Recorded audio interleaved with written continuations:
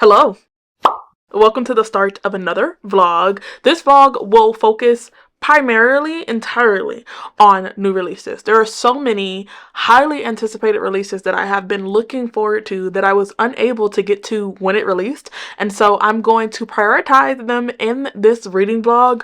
I know for certain we'll be reading Fourth Wing because I've seen this everywhere and I have stopped consuming bookish content entirely to avoid any and all reviews. I keep seeing 5-star ratings, I keep seeing ravings, but I am like scrolling past without like any context because I don't want to be swayed either way. But I do know that we'll be reading this in this vlog. It's also a buddy read for this week for me and my bookish friends, and I am really the last one to be starting the book, but they all give it like 5 and 4 stars. So yeah, all of the other new releases that I wanted to read but haven't gotten to may pop up in this vlog. First is The Will of the Many and The Book That Wouldn't Burn by Mark Lawrence. None of my local bookstores have these books in stock, and every time I try to order them, it's looking like it's going to be 1 to 2 weeks before it gets to me, and that's not necessarily a problem. It's just I think I want my hands on it. I want instant gratification quickly, and so I just haven't placed the order, and I think I'm at the point where it's time to get the audiobooks. I tried to get the Kindle versions of these books, both of them, but I feel like the price was comparable to the hardback cover, and if I have to spend nearly the amount of money on the physical as I do on the ebook, I'm less inclined to get the ebook, okay? The price that Kindle has been charging for ebooks lately is making me want to pirate them. If I'm between me and you, it's given a little Z library. Yellowface is another book that was on my TBR during the month that it released, and I have not gotten around to reading Yellowface. It's fairly short, so I'm nearly certain that we'll be reading Yellowface in this book. And then maybe possibly The Whispers by Ashley Audrain, because she wrote hands down my favorite psychological thriller to this day, and that is called The Push, and I'm really looking forward to checking out her other releases. So TBR is The Fourth Wing, Yellowface, possibly The Whispers, and either The Will of the Many or The Book That Wouldn't Burn. I'm very interested in those last two because I tried to read The Shadow of What Was Lost, and while I think that book was so convoluted, I actually really enjoyed it, but I need to reread book 1 before I can continue with the series. And James has now written The Will of the Many, and so I'm like, like maybe this is the time to finally get started on a new series by him. And then in terms of Mark Lawrence, I recently read Red Sister and I did not like it, but I liked him as a writer, and so I'm really looking forward to being impressed. I'm gonna join Stephanie at Stephanie's Bookverse channel because she's doing live reading sprints right now, and that feels like the perfect time for me to start The Fourth Ring. But before I do that, I need to open this Illumicrate box for you guys for the month of June. Okay, I misspoke. This is totally the Illumicrate box for the month of May. It's just that we're in June and I just got this box. So yeah, this is actually May's Illumicrate box. Okay, we have a cute little mug here. Is this a coffee holder? I actually think this is a candle holder. It's a Okay, I totally called this a mug and it's not. It's actually a plant pot, and it's giving me the vibes of the Foxglove King, is that what it's called? By Hannah Witten. Let me see. It's totally from The House of Hollow, which is a book. Now that I see it, it makes more sense. House of Hollow is a YA kind of like horror book that I really enjoyed. Even though it's a plant pot, I probably won't use it as that, but definitely loving the decor. I'm gonna add this to my bookshelves, maybe put some bookmarks, some cute little pins in there even, because this is so cute. Okay, I just took out this cute little bag and I already know it's Laini Taylor from The Teeth. It is certainly Daughter of Smoke and Bone. It says wishes are false and hope is true. Hope makes its own magic, which is from Daughter of Smoke and Bone. I am gonna love this. I am so excited to have it. It is so freaking cute that I almost don't want to use it, but I don't have any like Daughter of Smoke and Bone like decor or like tangible little knickknacks, so this is my first. Definitely joining my permanent collection. Next we have this cute little pop socket that was inspired by The Whispering Dark. It says that he was a paper moth in the dark and she was the light. I have not read this book, but I love a good pop socket moment, so certainly gonna put this one to use. And then lastly, we have a adorable little metal bookmark, which is inspired by the book pick for this month, and that is The Witch King by Martha Wells. I have been looking forward to this because I know that she's written a lot, but I've only ever read the Murderbot series. I read the first 2 novellas, and I actually did not like Murderbot at all. But there wasn't anything against, I guess, Martha Wells. At least I hope not. It's just something about Murderbot that just did not work for me at all. And so when I heard that she was writing a fantasy book, I was intrigued because I would love to see how she does in a different genre other than like writing sci-fi novellas. I generally just don't like novellas, but if there is a genre that I'm almost guaranteed not to like the book, it is a novella that is a sci-fi. A sci-fi novella is 9 out of 9 times possible for me to just not like as a book, and I don't want to hold that against Martha Wells, so I will certainly be picking up The Witch King. You know what? This is actually dubbed by N.K. Jemisin, which is already a win against it, and Zoraida Cordova, who also wrote The Inheritance of Orchidita Divina, which is a book that I will die for. I loved it so much. So yeah, this is what the bookish box looked for this month, for the month of May. I'm gonna hop on these reading sprints because I'm late, and then I'll come back with an update on how I'm feeling about The Fourth Wing. I almost forgot the title of the book. We are just past 115 pages in Fourth Wing. I was hoping to read like half of this book today, but it didn't really work out like that. And so, yeah, my reading sprints were not very successful. I joined Stephanie's reading sprints, and I think I only actually read for 1 sprint. And then I did reading sprints with my friends, but we mostly just talked about conspiracy theories and other things. So, yeah, only 100 pages, but I'm going to call it a win because I had a very relaxing and like chill kind of day. And let's talk about what's happened in Fourth Wing so far. So the writing in this book is so colloquial, which I find very interesting because most of the time when you're reading a fantasy book, even a fantasy romance, the author is trying so hard to emphasize the fact that this book is not a part of the real world, but the writing is so informal, it is so everyday colloquial language that it reads almost like a paranormal romance or a paranormal book from like the early 2000s, where you just have like a regular person, regular world that's going to experience like some supernatural things. It's almost as if she's just like talking to a literal friend, and so immediately the characters are relatable because they're using our everyday like informal language that you use when you're talking to really close friends, and you can curse and you can be yourself. And so I actually really like that because it's nice to have that like such an easy and like easily relatable writing style in a fantasy world. Like, it doesn't take away from the fact that, you know, this book is entirely fictional and that we're gonna have dragons and that there's gonna be maybe even some magical components to the story, but it still feels like, I don't know, it could be happening to any one of us. Violet is also automatically endearing to the reader because, one, she's in above her head. She had plans to be a scribe just like her father, but her mother is more militant and she's more of like a general, and her father has passed away, and her mom has basically forced her to volunteer for this special quadrant to be a dragon rider.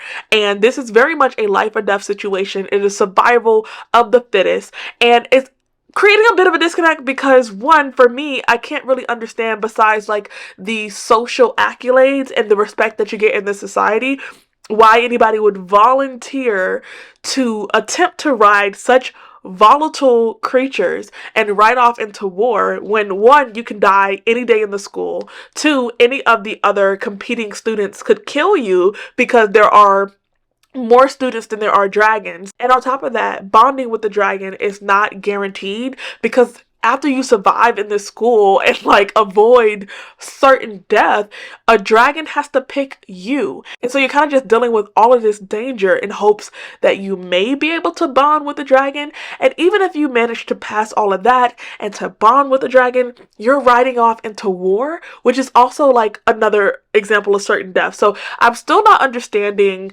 why people would really volunteer. There are certain individuals that have been conscripted due to a previous rebellion.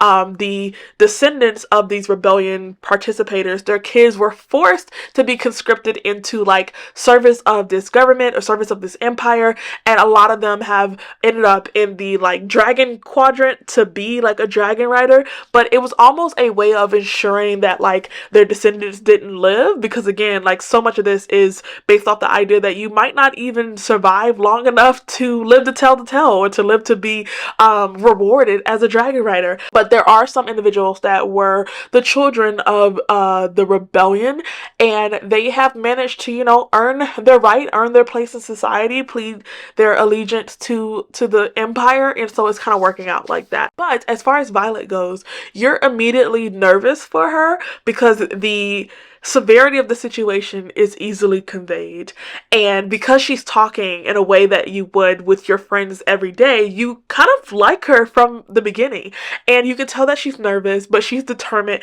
like not to die. And yeah, she's not always very successful. She's had a lot of close death calls since I started reading this book, and it's only been really 100 pages.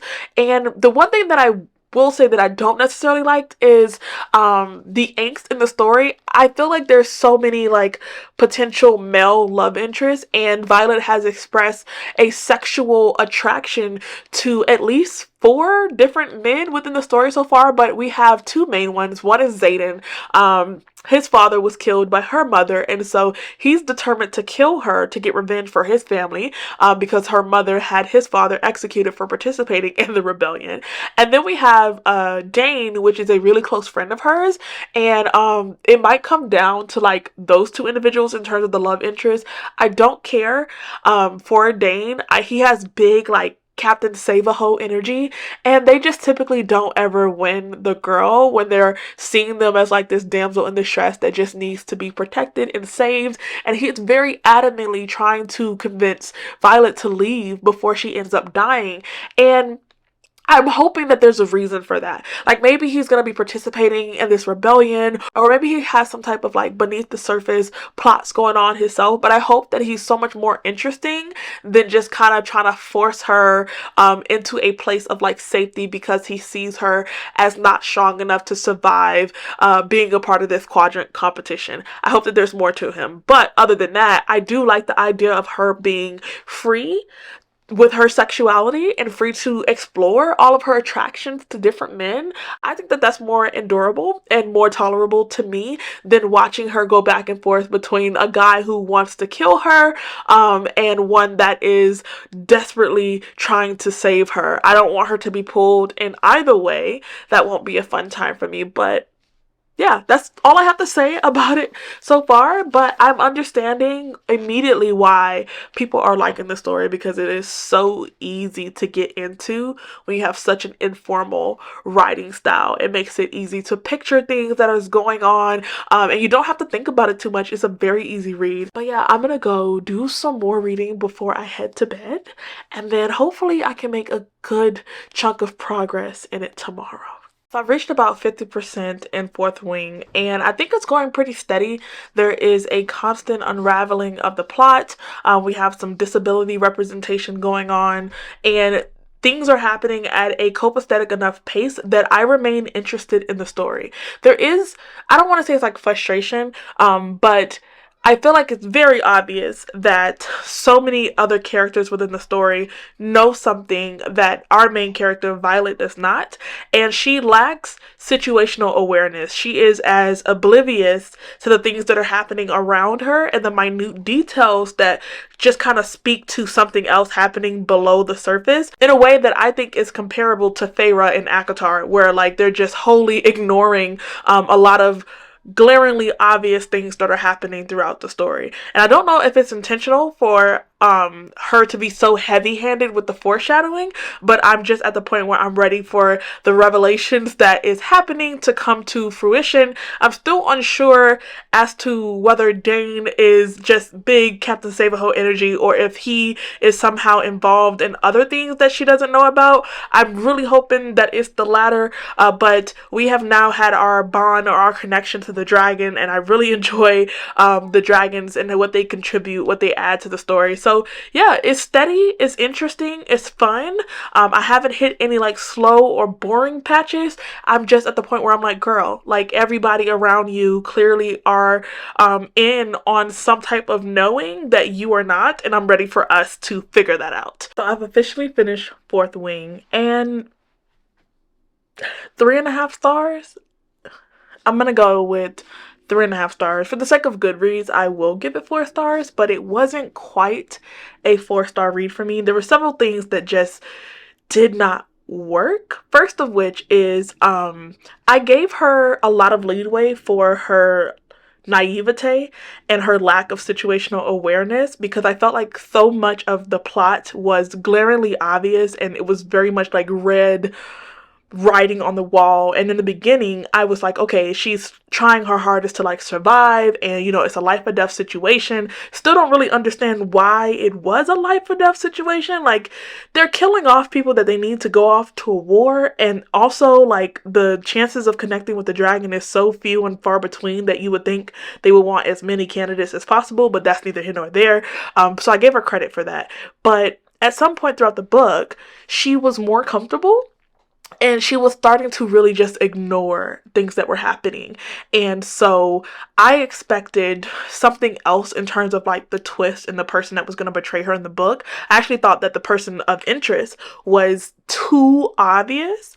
And because she was so naive, I would have preferred for the villain of the plot, without spoiling it, to have been a different person, to have been more obscure and harder to figure out, because then it would have just balanced out for me. But for her to be so naive and so surprised at the person that was so obviously doing the things that they were doing within the story, I just was like, girl, like, I told my friends in a text that I thought she was like, you know, we had homework last night, dumb. I didn't know she was like, I got Wisconsin and the answer was 22, dumb.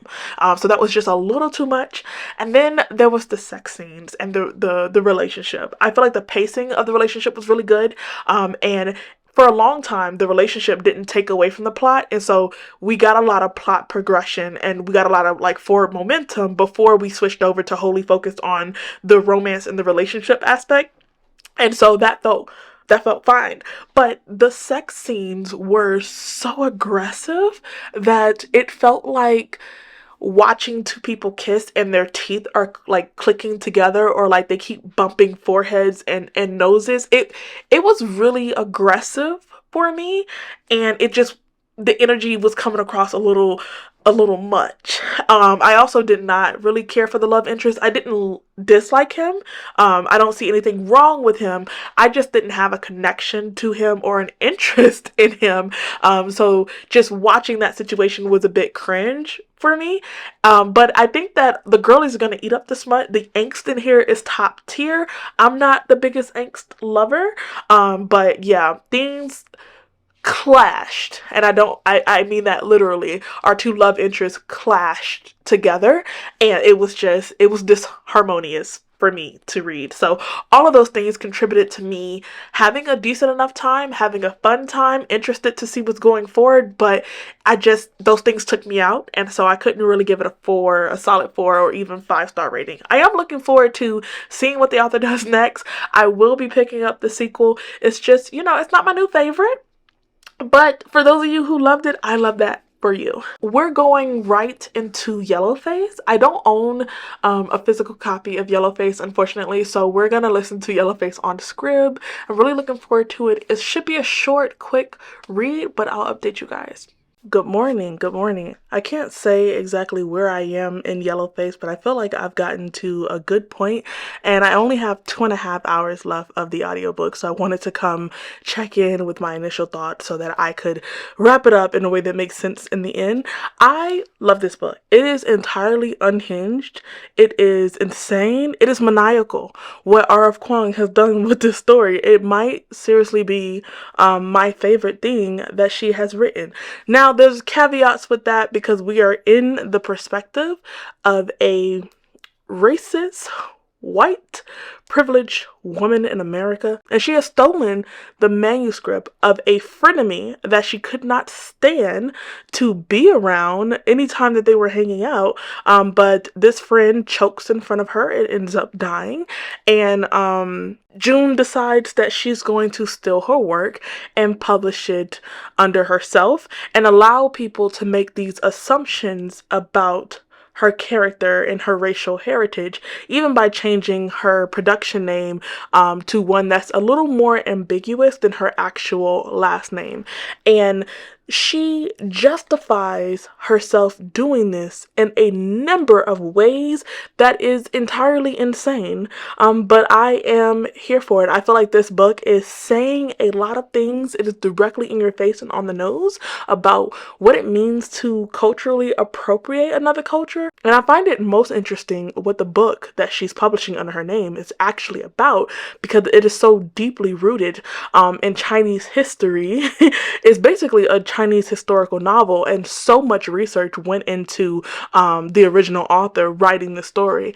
And she has, I guess, gave herself credentials by going and reading all of the source material that the original author did, so that she has the same qualifications and the same knowledge by reading the same books, and also using the fact that Athena did not speak fluent Mandarin as a justification for her not really having to speak fluent Mandarin. So it's almost as if she's trying to morph her resume credentials to fit into being a credible enough source material or source writer for this novel that she's stolen from Athena, and also using Athena's lack of credentials to justify where she lacks. I don't know, but the logic is insane. If you multiply it by racism and divide it by privilege, it does add up. I'm looking forward to seeing what happened towards the end of this book, because one thing that I am a firm believer of is that no matter how much you study history and become this bank of knowledge around a specific culture, it's still very hard for you to speak to the nuance of that culture and to have an ongoing conversation as an author with your readers, and also as a member of a community to your own community.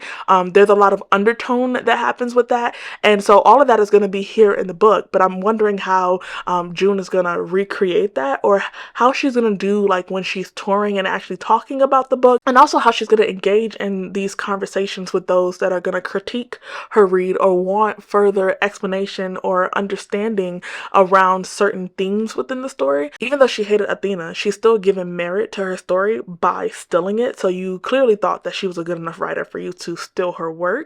But she's having a really hard time being an unremarkable white woman. She doesn't even have blonde hair, blue eyes. She's just an average white woman with a decent name and brown hair and brown eyes, and there is nothing on the surface that makes June stand out. And I think she's having a hard time grasping that she's lacking an it factor, or maybe she is deeply unsettled at the idea of being mediocre. And I mean mediocre not in a negative connotation, but also like as average. Like she's having a hard time just being average. I don't know. This is interesting. I like it. It's time for me to go to work now, so there's that, but I'm certainly going to be listening to this when I get off work. I'm back and I finished Yellowface. This was such a fun freaking time for me. June was utterly maniacal and just wholly unhinged and deranged, and I loved every second. I loved every, nuance of what R.F. Kuang did with the story. The slow descent into chaos for her like insane justifications for trying to rationalize stealing someone's work. It got to the point where she wholly believed the lies that she was telling the public. When the news broke in the story that she may or may not have plagiarized the work from another author, and she was being attacked on social media and dragged on Twitter, and her publishers was calling her and she was afraid that she was going to be fired, I had a literal panic attack. That's how involved in the story I was.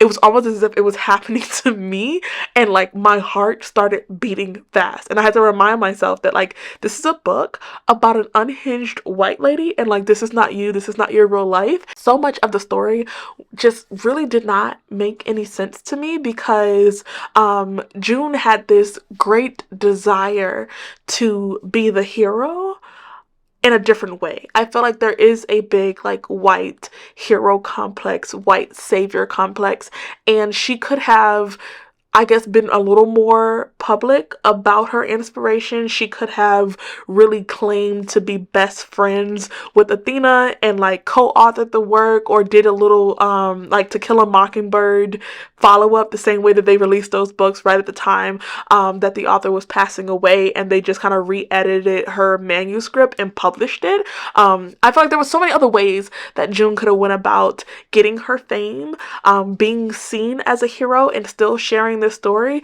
but she had this unsettling nature about her, that she was not remarkable in any way, that she was not connected to a deep community or heritage, or she didn't really have claim to a community, and she was so desperate for that spotlight that it led her to do some pretty deranged things. I just found it so interesting to see a character that was so individualistic try to communicate and connect with a community, and something that's a lot more communal, and sharing in this experience, this understanding, and this bond. And she just could never fake it because she was such a wholly individual person. And of course, there's the racism, there's the prejudice, there is the privilege that we got to see June go through in this book. I don't think it's going to be an experience for everyone to want to sit in the head of a villain like this and watch her rationalize things that literally have no justification to be rationalized. But for me, it was an unhinged time, and it was like insane. It was ludicrous, and I enjoyed every second of it. Definitely gonna be on my top of the year. It is hands down my favorite book by R.F. Kuang, and I'm slowly becoming a fan of her. Like, I was not the most sold on the Poppy War, but I was very impressed with Babel, and this one was a banger for me for sure. So I am on the lookout for more R.F. Kuang. I have ordered The Will of the Many, as well as The Book That Wouldn't Burn, but they are still not here yet for me to read. So the next book I'm going to pick up is The Whispers by Ashley Ordrain. This is a psychological thriller about a mother whose son fell from the roof, and all the neighbors are speculating as to how that may have happened while he's in the hospital, and we don't really know if he's going to survive or not. And the debut novel by this author, I gave 5 stars. It is hands down my favorite psychological thriller to this day, thriller period to this day. And I'm looking forward to seeing what she does next. I was thoroughly impressed when I read Drowning after reading Falling, and so I'm on a good track with sophomore novels from some of my favorite like thriller debuts. And then when I finally get The Will of the Many or The Book That Wouldn't Burn in the mail, we'll see which one I feel like reading at the time, and I'll add that to this vlog. I will check back when I have action, people. Good morning, happy Friday, let's chat.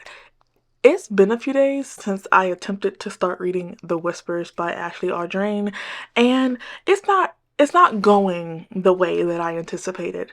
I think I was more mentally prepared and in the mood for another psychological thriller with a really good twist, and this is more domestic suspense. That's not a bad thing. I do read domestic suspense, but I am a lot more selective and picky, and I have to be in the mood for a domestic suspense story, and I don't think that I was, despite the fact that I wanted to be because I was reading it for this vlog. But I am reading The Bone Shard Daughter for my Patreons, and I'm also reading Reckless by Elsie Silver, and I had the audiobook for The Whispers, but I just found myself, one, really in the mood to do some physical or like e-reading, and I don't have a physical copy of this book, and 2, I was just much more interested in reading those 2 books than I was in reading this type of story.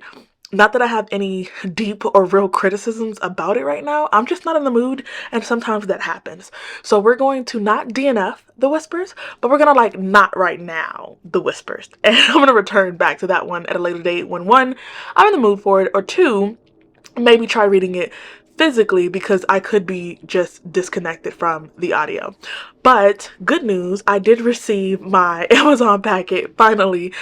They recently ran a buy two get one free sale, so I picked up 3 books, one of which was The Wager, which is a nonfiction book that was written by the same author of Killers of the Flower Moon. And I haven't read that one, but I was really interested in this one. And then I got The Will of the Many and The Book That Wouldn't Burn, both of which were like pretty thick. Like, if I put them side by side, The Book That Wouldn't Burn and The Will of the Many, they are pretty chunky. I am only going to read one in this vlog. I just haven't decided which one I want to read yet. I've had a week from hell. I'm worn down, and I plan to spend my entire weekend in my bed, other than to get up and celebrate Juneteenth and Father's Day. But yeah, I'm gonna be in my bed and I'm gonna be reading. I want to finish Reckless.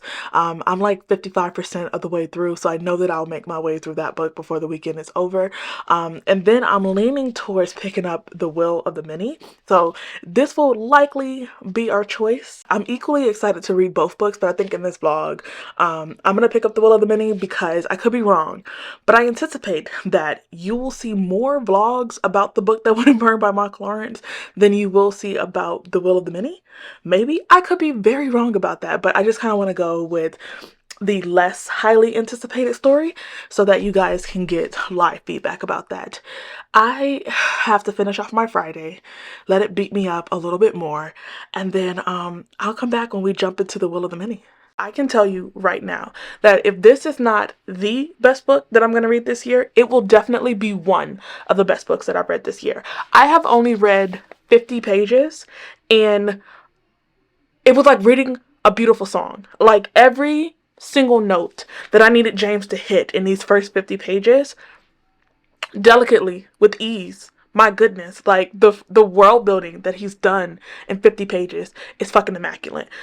I am gonna love this story. You can't tell me I'm not. Like, he's in his bag. This book is if like Babel and Red Rising had a baby. I know that sounds very weird, but Red Rising and Babel ran so this book could fucking soar, because we're having a great time so far. So we have this, who is the child from a previous kingdom, and while his older sister was going to end up being the ruler, he was trained or educated his entire life to be her supporting or to be a supporting actor for her during her reign, and he was going to be a diplomat. He was going to go outside and push his sister's will and help her kingdom thrive. But then there is this big empire, very colonial. It's called the Hierarchy. It's actually called Katanan or Katanan, but it's also known as the Hierarchy because that's the best description for how their system works and how their infrastructure in their government works. And so his kingdom, you don't exactly know how or what, but you do know that somehow the Hierarchy has taken over his land, and you get the sense that his family has died and he's the only remaining survivor. And so he is wandering around this empire, really trying to keep his head down, trying not to draw attention to himself, not to be noticed, but also just really trying to survive, because the title, The Will, gives a lot of insight to the magic and the fantasy aspect of this book, because this hierarchy or this empire depends on the will of a person.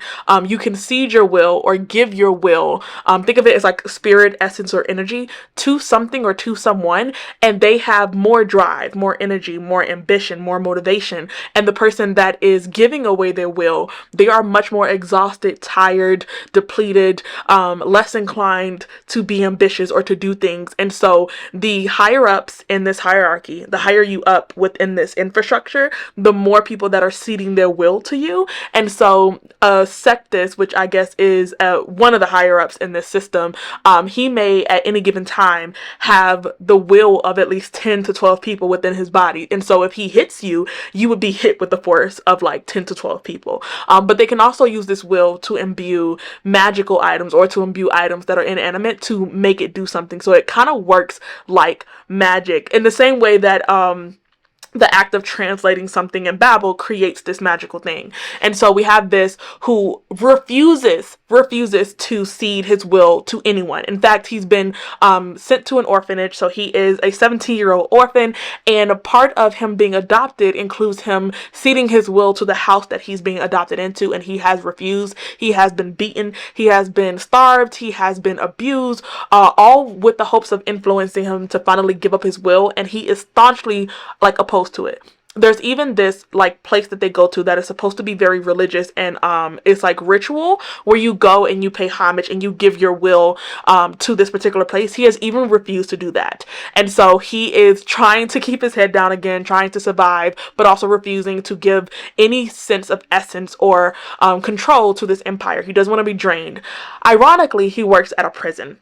And in this prison, all of these people are put on like this slab where their will is being drained from their body 24/7, and they're sentenced to do this for years at a time. And so they're essentially like corpses in stasis, or zombies in stasis, because they're barely awake, but they cannot move, they cannot do absolutely anything. And all of this goes to fueling the hierarchy or the big empire. And so one day when Vis is at work, he gets this visit from this guy that's very strange, and he comes in, he wants to speak to a visitor, and Vis is stuck because he's like, something about this guy is not right. However, if I call him out, I may get into a situation where they have to look closer into who I am and me, and I definitely don't want that.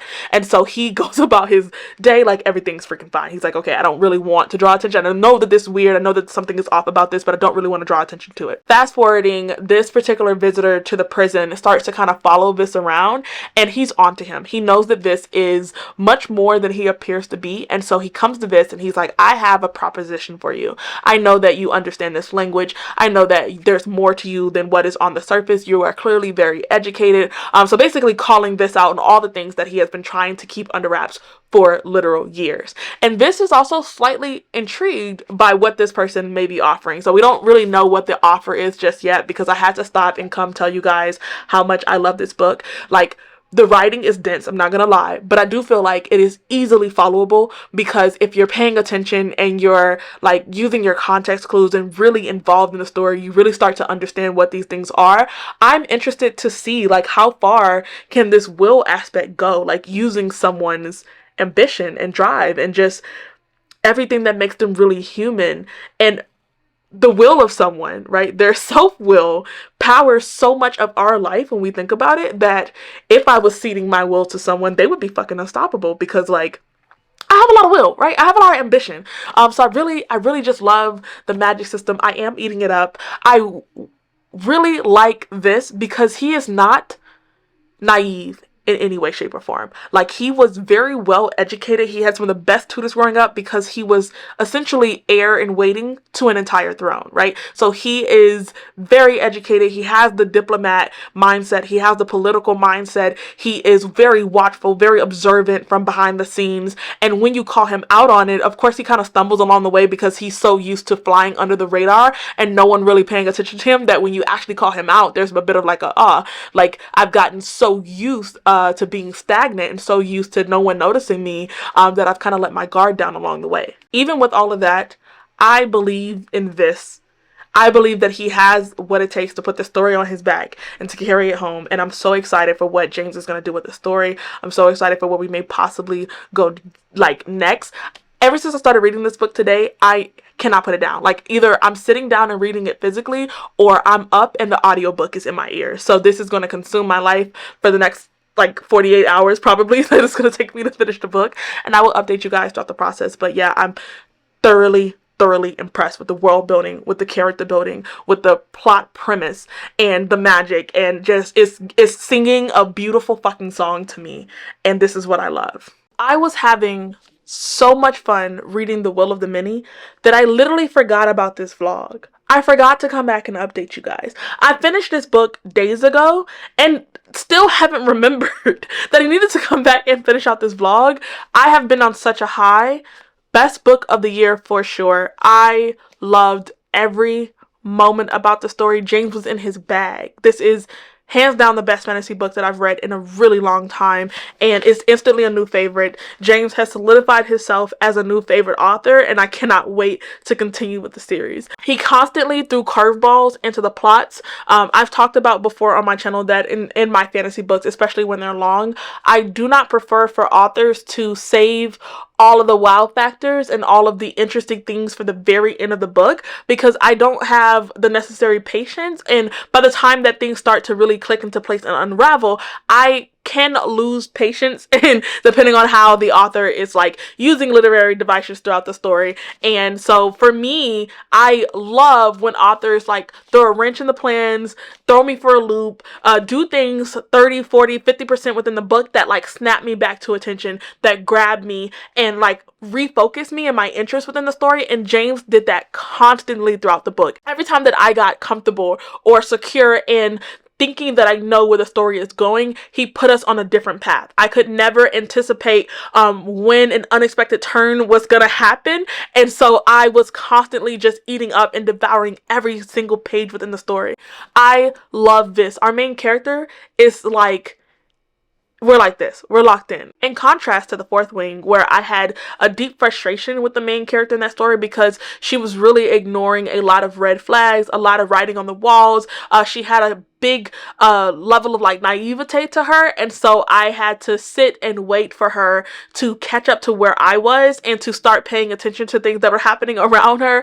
And also the plot twist and the surprising turn in the story depends on her ignoring things that are glaringly obvious. That did not happen with this. This is very strategic. He's constantly thinking 3 to 4 steps ahead of everyone else in the story, and it really helps to drive home that fact because Viss is constantly putting on different faces for people around him. He's constantly using his words and his gift of gab to talk himself in and out of situations. And so we start off with the very beginning of the book where Viss is seeing something that is not right, that doesn't make sense, but he's like, I recognize you because I do the same thing. I recognize that you're not who you say you are, that you're lying or covering or nervous about something because I do the same thing. And that is consistent throughout the entire story, where Viss is constantly putting on different faces for everyone around him, but then he notices when people are putting on different faces for him. And so he's taking a mental note, he's keeping a mental log of everything that's really not making sense, but he is so committed to his lies to the point where he convinces himself that it's true. Like, he's not just telling a lie, he is wholly rewriting his story to make what he's saying true, and he's making himself believe it at the same time, because he knows that you have to be deeply devoted to things like this because it can be life or death, and his entire survival can hang in the balance based off how well he is able to convince someone of something. And there was several times throughout the book where Viss is called out on it, and he's like still holding on. Like, he's like, no, like, I don't care what you think you know, until you have hardcore proof against me, like, I'm gonna stick with this lie. James wrote this story and this character in a way that just really sings to my soul. It is my idea of a perfect fantasy book, a perfect storyline with a perfect character that understands his strength and his weaknesses. He knows exactly where he falls short, and he calculates around that. Like, even his anger issues, Viss has a really bad anger issue throughout several points in the story, and it's not something that he's ignoring. There's even moments where he will let himself just revel in this overload of emotions and anger and just being upset, because he knows that if he doesn't find an outlet, if he keeps this really trapped within himself, that he will lash out at the wrong time and it will impact his plans. And so reading this from my standpoint, I was just like, yes, like, we're so in tune with each other. Like, we're playing chess, not checkers, and we're on the same wavelength. He's making moves that makes utter sense to me. I have no complaints. I'm not angry. I'm not frustrated, because I trust him in every move that he's making. I trust him in every decision that he's making. But even with that being said, Viss finds himself caught up where he doesn't want to participate in the hierarchy. He doesn't believe in the empire. He doesn't want to help them get stronger in any way. But he also doesn't believe in the rebellion, because the rebellion to him targets innocent people. They target the people that are not necessarily in power. And so Viss has this perspective and this mindset that you have to target the people in power. You have to target the peak of the hierarchy, because those are the people that are benefiting the most. But the rebellion has a different perspective, because the people in charge are getting their power because everyone below them is ceding will. And so they firmly believe that the power of the pyramid is in its foundation and not in its peak. And so for them, everyone is culpable. Everyone is complicit because they're all ceding their will to the hierarchy and to this empire that is literally making them strong. The people at the top would be nothing without those that are ceding will below them. And this has a hard time reckoning that a victim, because he sees these individuals as victims because their homes have been conquered. They had nowhere else to go. It was this or death. It was this or being placed in prison. And so he sees them as victims. And so it takes him a long time to really reckon of how he can challenge the hierarchy and how he should see those that are also victims and enemies to the cause, victims and enemies to themselves. Because if everybody revolted, then the hierarchy would be nothing. The hierarchy would fall. And so I really enjoyed watching him think logically about these things and calculate these things and really go back and forth over how do you take something down where their power is built upon the people. And you don't see the people as culpable. But in a lot of ways, they are, because no matter what choices they feel like they didn't have, you do have a choice. And Vis himself is someone who has chosen not to participate in the hierarchy, has chosen not to cede his will. He has been beaten. He has deep scars on his back because he refuses to participate in this system. But at the same time, he doesn't fault those that do. And so that puts him in a very interesting position throughout the story where he gets very deeply politically entangled because he is somehow being forced to work for the rebellion in a lot of ways and also being forced to work for the empire in a lot of ways. And so you're just kind of wondering how Vis is going to come to the conclusion to side with one or the other. Vis only wants to escape the empire. He just wants to go somewhere where he feels like he won't be bothered and he won't be touched. But that's not necessarily true. That is an illusion in and of itself. And so the setup of the plot is that this empire, this hierarchy, is broken down into three sections. You have your military, you have your religion, and you have your governance. And the military has been the dominant sector because they were part of the expansion. They went out, they conquered, they colonized, they oppressed, and they put people underfoot. And they've been doing that for so long since the start of the hierarchy. And now they're at the point where everyone who can be conquered has been conquered. Everyone that can be colonized has been colonized. And so there's no new frontier for the military to go out and oh, we're still the strongest part of this hierarchy because we're the ones expanding the hierarchy and bringing in new land. They can't do that anymore. And so now these other factions are hey, this is our opportunity to finally seize power. And so there might be a breaking up of the empire. And so Vis is caught up in the middle. He's watching this happen. And you don't exactly know if he's going to do anything to stop the hierarchy breaking apart, if he's going to help it along, and for what reasons he's going to make any decision. So as much as I love the world and the storyline of this huge empire kind of fracturing from within itself, is very much given the Roman Empire, right? Where you've overextended to the point where you can't anymore, and so what's going to happen next? But I also feel like James wrote the perfect character to put all of these books on his back and to drive the story home, because he is as pivotal to the storyline and he is as interesting as the storyline, to where you're hooked from both. You're hooked to see what's going to happen next in the series, but also what this is going to do. And yeah, I had such a fun time reading all of the books in this series. My camera's gonna die, so let me speed this up. I probably will do another new releases vlog sometime soon, because there are some upcoming new releases that I have been anticipating for. But the star of this vlog was most certainly The Will of the Many. My camera battery did not let me be great just then. But going back, the star of this vlog was definitely The Will of the Many, followed up by Yellowface by R.F. Kuang, because I had a really good time reading that book. I do plan to circle back to The Whispers by Ashley Audrain, so I haven't given up on that one entirely, and I'm still very mid about Fourth Wing. It's still 3 out of 5 stars. I understand all the hype, it didn't sell me as much as it sold everyone else. But yeah, thank you guys for watching my vlog. I'll probably do another new releases vlog sometime soon, because July and August is filled with books that I need to pick up ASAP, and this was a great motivation to knock them out. If you've made it to the end, comment below right now what book you'll be picking up based off my reading vlog. I hope it's The Will of the Many, I hope it's Yellowface, and I hope to see you guys in my next one.